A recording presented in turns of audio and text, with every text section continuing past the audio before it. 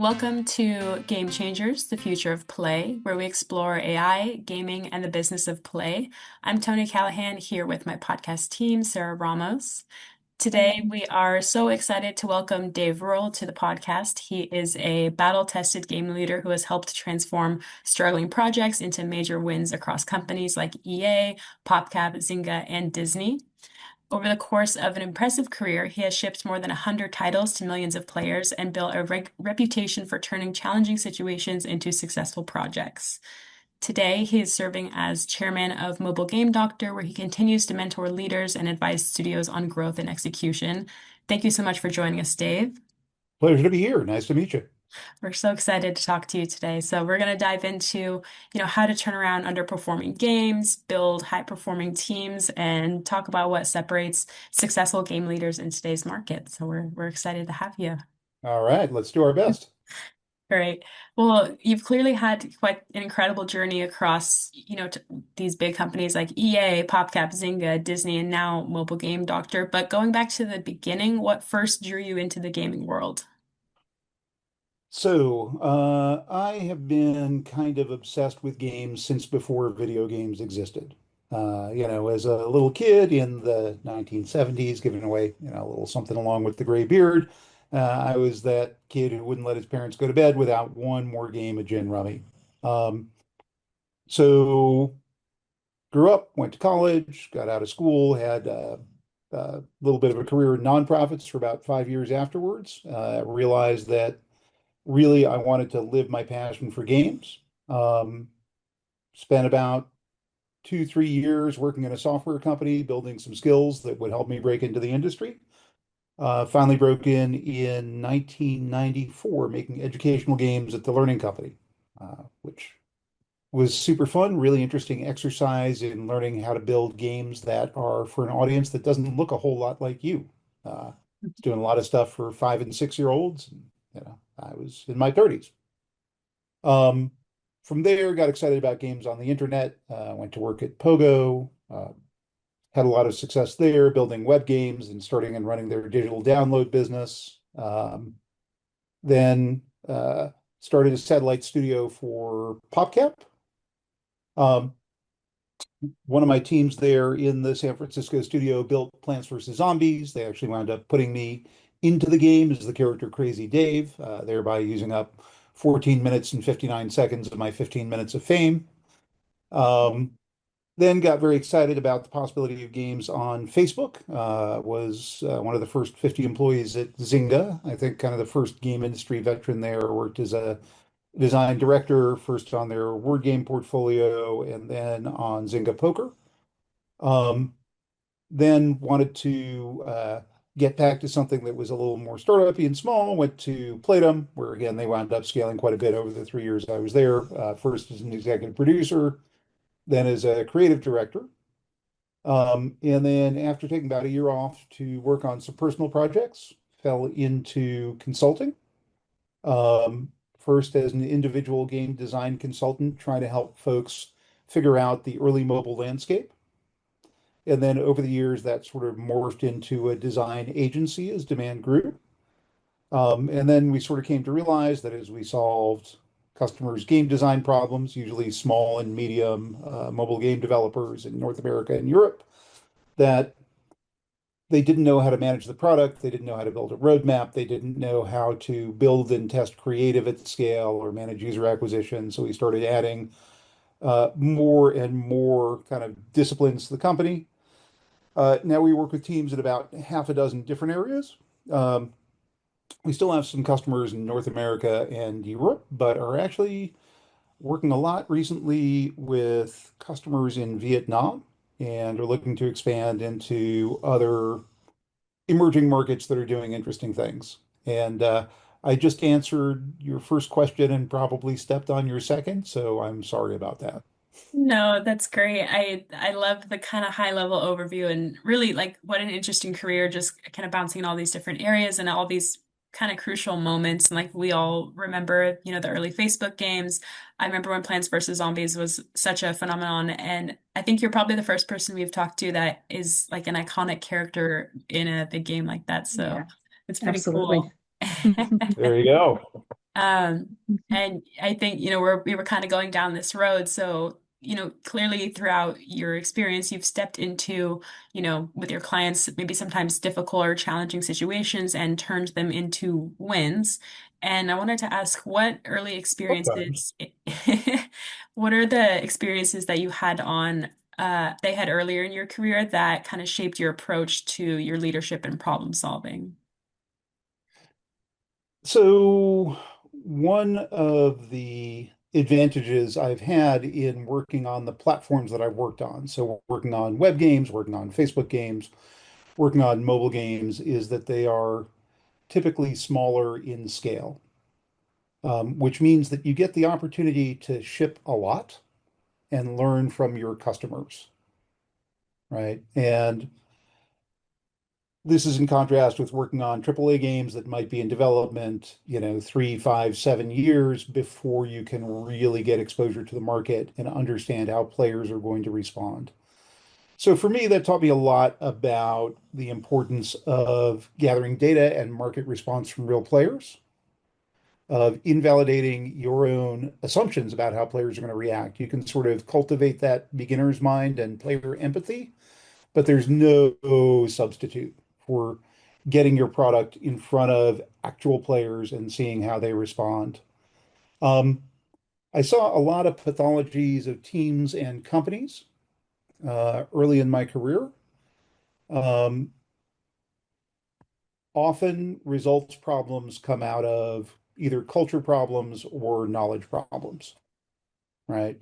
You need to have to build a successful game and to build a successful game company. You really need to build a culture of frank and at times bruising but constructive critique, open dialogue, an environment where people are not afraid to surface bad news, because game development is iterative and uncertain, particularly if you're trying to innovate. You're going to stumble a lot, and people need to be able to have that conversation about stumbling. Um, So those are kind of pathologies of culture, right? And then pathologies of knowledge.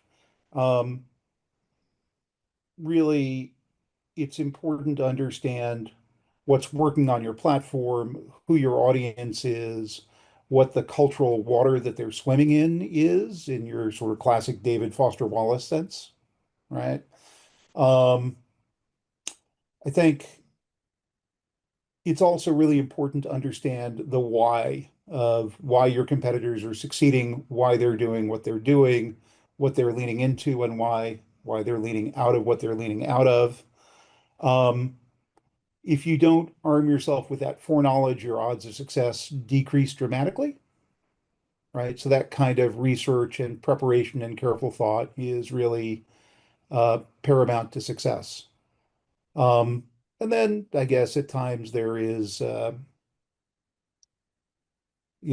guess pathologies of skill, gaps of skill. Making games, making bad games is pretty easy. Making good games is really hard. Making great games is almost impossibly hard, right? Because it's a tremendous stack of diminishing return problems, right? Going from bad to okay, it's not that, going from nothing to bad, easy, you know, bad to okay, manageable, okay to good, hard. You've got to iterate, iterate, iterate. You've got to grind. You've got to be smart. You've got to be attentive. You've got to manage the details. Good to great. You're just, to go up this part of the curve costs you so much effort. Um, so understanding what your team's skill level is, what your patience level is, what the resources you have available are, fully planning out the business in a modern mobile business. Marketing, user acquisition is by far and away your biggest expense line. And the number of folks that don't keep some powder dry for, their marketing plan is staggering, tragic, disappointing. Pick your adjective. Um, So yeah, those are some of the things I've seen that I think shape my approach, understanding what are the sources of failure, what does it take to get to success, and working with teams and leaders to build those, frank, open cultures of dialogue, those kind of places where it's safe to be wrong, right? Building a culture of experimentation, iteration, high standards, um, arming yourself with the best research possible, and knowing what you're capable of and what you are not. Um, art students usually start by sort of, copying paintings and then iterating and then innovating. And, that's not a bad pathway for a game craftsman either. I love that. It's kind of like I mean, of course, the company is mobile game doctor, but you're kind of, diagnosing the pathologies and you're trying to find where the disease is and kind of where it's stemming from. So I like that approach, definitely. Yeah, Um, for sure. And sometimes we get to be, an obstetrician, and sometimes we get to come in and be an oncologist. right. But, most of the time, we're asking people to do the 24-hour prep and then, bend over because, got to stick the flashlight in them and see what's going Yes, on. yes. Now, of course, you're sorry, Sarah, go ahead.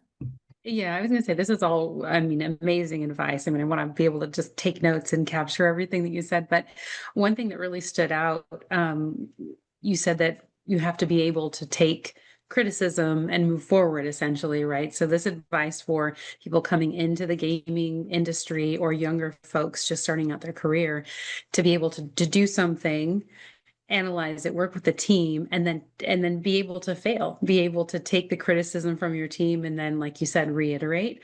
That's a powerful life lesson.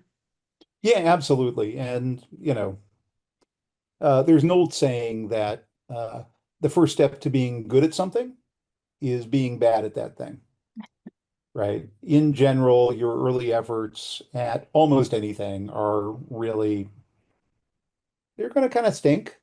But going through those failures is a really necessary part of getting to success. And I will also say, um, it is a lot less painful for your colleagues to find the problems with your game than it is to have customers find the problems with your game.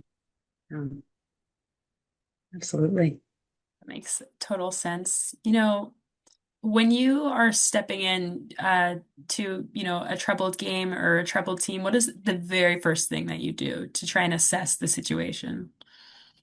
So, to the extent that the game is out there in the marketplace, in modern games as a service, which is the domain that we work in, there's a lot of very sophisticated ability to gather and analyze data about player behavior, right? So there's some baseline performance standards that we expect to see games meet in terms of retention at various depths, the amount of player engagement, monetization patterns in terms of early conversion, repeat conversion, average revenue per daily user. So usually we'll start with a quick assessment of high-level metrics to try and figure out where the failure points are in the game. And obviously, this is very different if you have a game that's not yet live, right? But with a game that is live, you start by asking yourself, which of the benchmarks is it not hitting? And then start digging in deeper to the data to try and figure out why it's not hitting those benchmarks. Um, Games are both, kind of an art and a science. And I think in addition to doing that deep data analysis, there's really not a substitute for kind of number one, putting your own hands on the game, playing it, feeling it, trying to understand where the friction points are.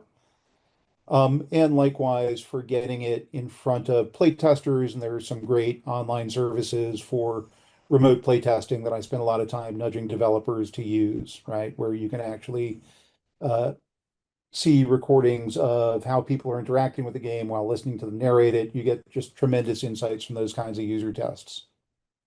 That's very cool. It's kind of the scientific approach. I like it. You got to be. I mean, I think it is very easy. As humans, we all have a bias to think that everybody else in the world thinks just like we do, has the same tastes we do. And that, when people diverge from that, like that's some deviance on their part. And, this is just a kind of well-known cognitive bias and flaw in cognition, right? Um, but we assume reciprocity, we assume honesty from our counterparties, and there's the whole famous Pauline Kael line. She was famous movie critic for the New York Times back in the 70s. Said, "I can't understand how Richard Nixon won the presidency. I don't know a single person who voted for him." Right? Yeah. Um, so it's important to gather the data because our perceptions are often wrong. And the more you do this, the more you learn that, yeah, I have a good mental canvas. Maybe it's above average, but man, I'm wrong a lot, a lot, a lot. Um, and so I use the data to kind of cross-check my perceptions. Often, like I recently looked at a VR game that they've been doing some play testing on, and based on my play test, I mapped out what I thought the game's metrics would look like. And I was actually quite spot on, right? So doing that kind of forecasting can help you continually sharpen your estimation tools. Um, but yeah, you need the science, you need the art. They need to come together. I often like to say that game designers are sort of half watchmaker, half movie maker. The technical and also the play and the entertainment aspect, right? I love that. Well, Uh, yeah, I mean, I usually think of it in terms of systems, right?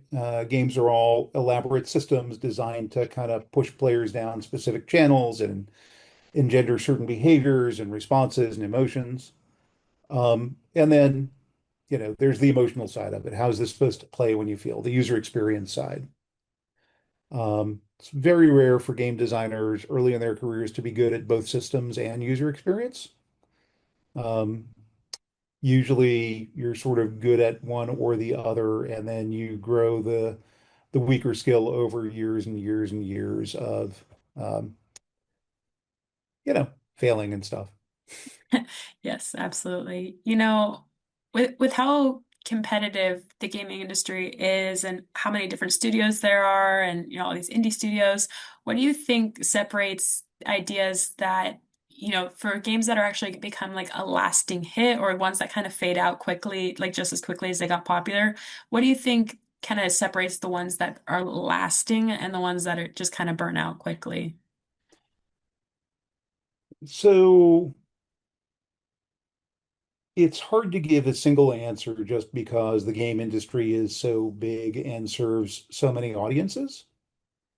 Um, in general, for most audiences that are not extremely casual, um, a combination of accessibility and high skill cap tend to distinguish games that are very durable, right? So things that you can learn the basics of how to interact with reasonably quickly, but you can get better and better and better, right? There's just a kind of infinite layer of skills you can build.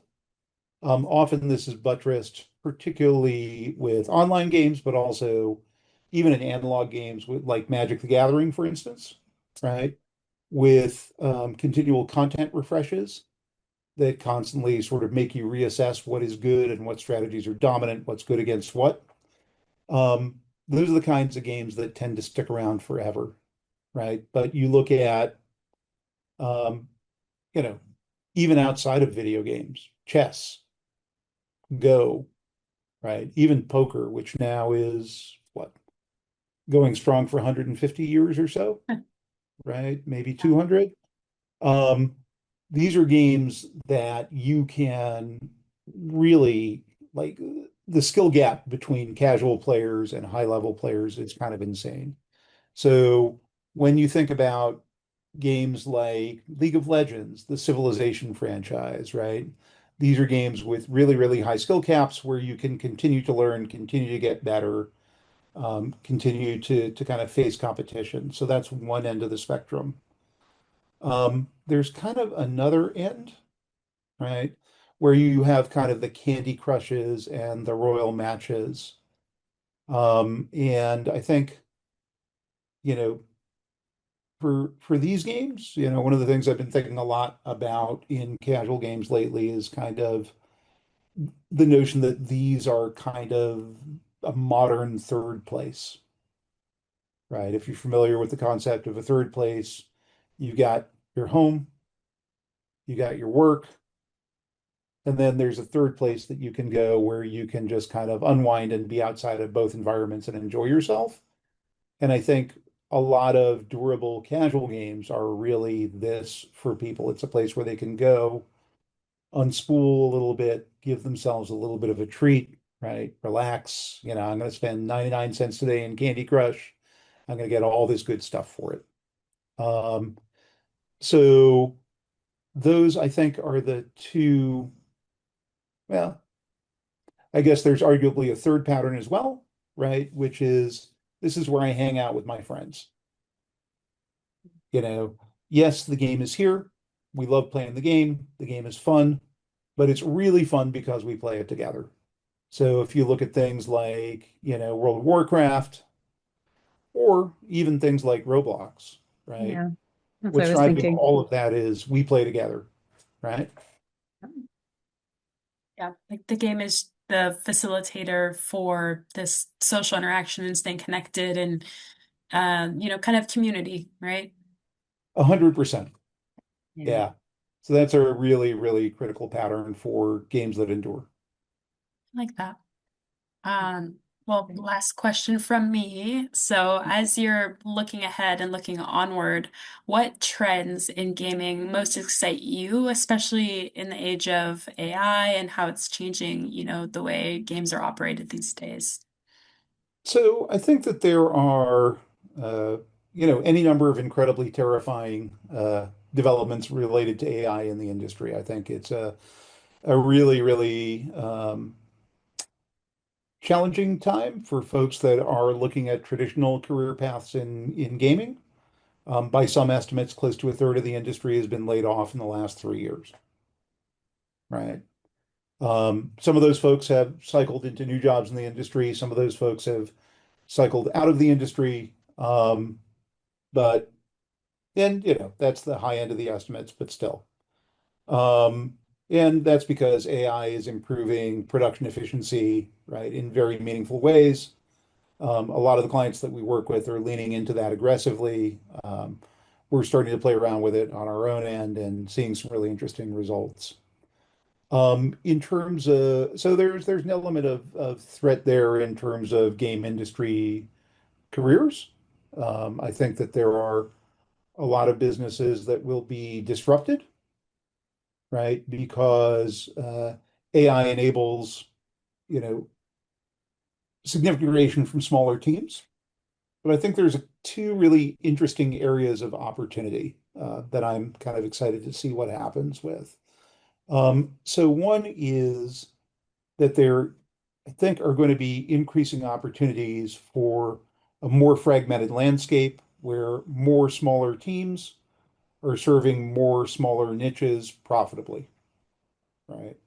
And we're already seeing this in a number of different areas. Some of that is AI enabled, some isn't, right? But you look at, for instance, a lot of these so-called friend slot games that are coming out on Steam, right? So generally, games, they're multiplayer games with proximity voice chat, right? So you can only talk to your friends if your avatars are close to each other in the game.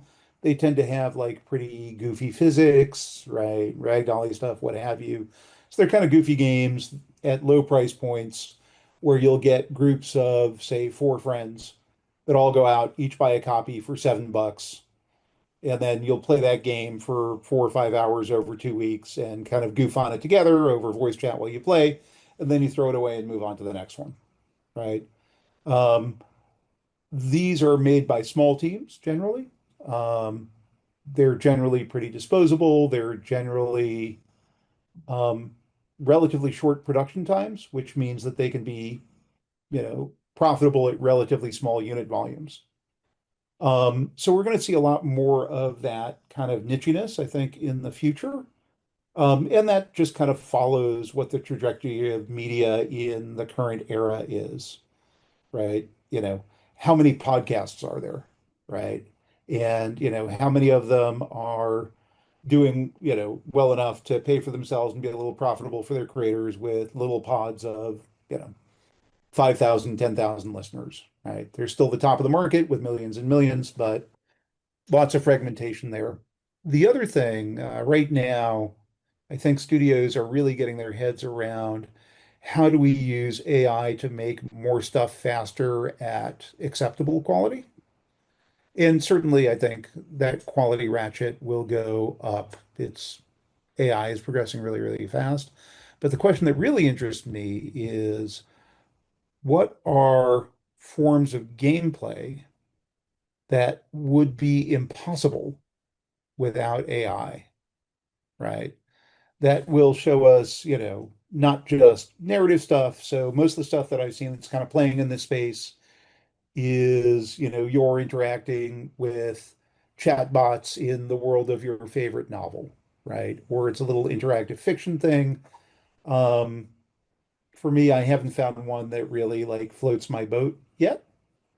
They're a little unstructured. They tend to feel a little flat, the right application of AI and gameplay is not to make the NPC who said five really boring things say 500 really boring things, right? Yeah. But, I sort of think there's going to be some breakout new forms of gameplay. Like one of the examples I give, not that I started building this yet, but maybe after we get off the call, I will. Um, is if you remember the old Bullfrog game Populous, right? The original God game where you would like raise and lower terrain and shoot thunderbolts and try and get mass. Well, what if instead of having, you know, a fixed roster of spells, you just type in, yeah, okay, I want to raise up a mountain to 5,000 feet, right? And it says, okay, well, that'll cost you 200 mana, right? I think there's going to be forms of gameplay that aren't imagined. There aren't even translation of old forms of gameplay that will be AI enabled and will be incredibly compelling and will be invented by someone less than half my age that, has been raised AI native, right? Grown up with it, interacted with it, um, you know, and puts it to much better use than I do in their day-to-day life is going to invent something incredible that's going to blow all our minds that couldn't have been done without AI. I love that. Yeah, it'll be exciting to see. And you got me kind of excited when you said, a game based on your favorite book, because there's this, you know, fiction book series that I really loved. And I was like, oh my gosh, if there was a video game, because of course you want to live in the world. So that'd be pretty cool. Make connections with Absolutely. the characters. Yes. Yeah, I mean, there are several companies that are sort of playing in that space already, right? Where they're kind of, you want to be in a Jane Austen novel, right? Okay, well, they've digested a bunch of Jane Austen novels, and now you can sort of step in and be in that world. Um, I haven't found one that gets me super excited yet, but your mileage may vary. Love it. Yeah. Yeah, absolutely. All right. Well, I have the rapid fire questions now. I have got about four designed to be quick question, quick answer. Feel free to elaborate a little bit if you'd like to. So the first question I have for you is favorite game of all time or favorite gaming memory? Oh man. So I will say, so favorite game of all time is like, which child do you love the most? Like, I'm just not going to answer that question. Um, but I will say, I remember my favorite gaming memory is the first time I put my hands on a copy of SimCity, the original. It was running on a Mac. It was at a board game convention I was attending. There was a little computer gaming room in there. And I had never imagined that a game could give you that much depth, give you that much freedom, and suck you in that much. I was so attached to cleaning up the traffic jams, right, in the little city I was building. And for me, that was the moment where I said, "Oh, I think I want to be a video game designer." Very cool. I love that. One leadership habit that has made the biggest difference in your career.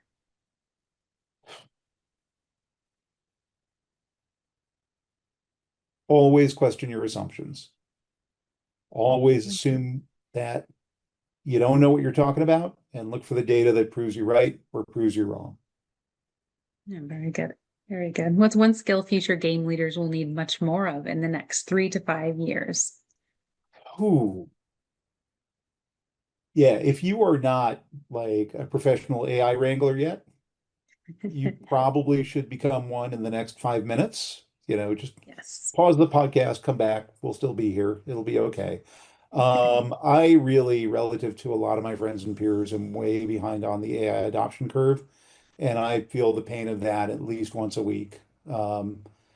Understanding how that's going to affect your production processes, your planning processes, your business modeling, your business in general, is 100% mission critical right now. In the next 3 to 5 years, going back to the theme of kind of atomization and niches, um, I think for the vast majority of gaming CEOs that aren't already at scale, learning how to think small is going to be a really critical skill. The kind of financing that was available during the zero interest rate period is gone. It's probably not coming back. It was kind of a weird fit for gaming throughout. So until we get some kind of crazy new platform innovation, it ain't coming back. So that means, less money in, traditional publisher financing is going to reign. Think about how you can use a small team to execute something really interesting that tens of thousands of people are going to be passionate about.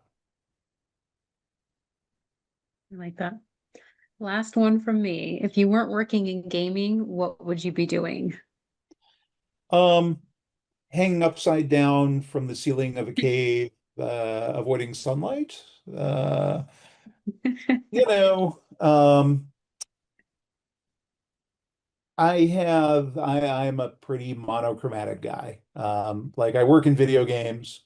Uh, Board games are my biggest hobby here. Here, I'll unblur for you for a moment and just watch the uh, horrified expressions on your faces as you start to think about the amount of money that I've dumped into that board game collection. I love it. Um, Wow. so yeah, don't tell my wife. So I love board games. I would probably, if I weren't working in video games, try to do something in the board gaming industry. And then, Cool. failing that, I love me some craft cocktails. So, out There there you in the go. world of mixology, or maybe craft distilling, or maybe just lying around drunk. Hard to know. I love it. I love it. Well, I could imagine, the cocktails and the board games at the same time. There could be some Good synergy. idea. Oh, there is very much a retirement business in there. Yes. I love that so much. Well, Dave, thank you so much for coming on. I think Thank your you. perspective on leadership, on turning around these games, as well as building these winning teams and these winning games, really shows how, the right frameworks, player focus, and culture can really transform and create lasting success. So, I think your insights are incredibly valuable for anyone in gaming today, and we're really grateful that you came on the podcast. It's been an Thank you. absolute pleasure. Thanks a lot for having me. Absolutely. For our audience who might be listening, if you enjoyed this episode, you can find Game Changers, the Future of Play on Spotify, YouTube, or on our website, securityqs.ai. We'll also include those details in the caption. Thank you so much, Dave. All right. Thank you. Thank you Thank so you. much.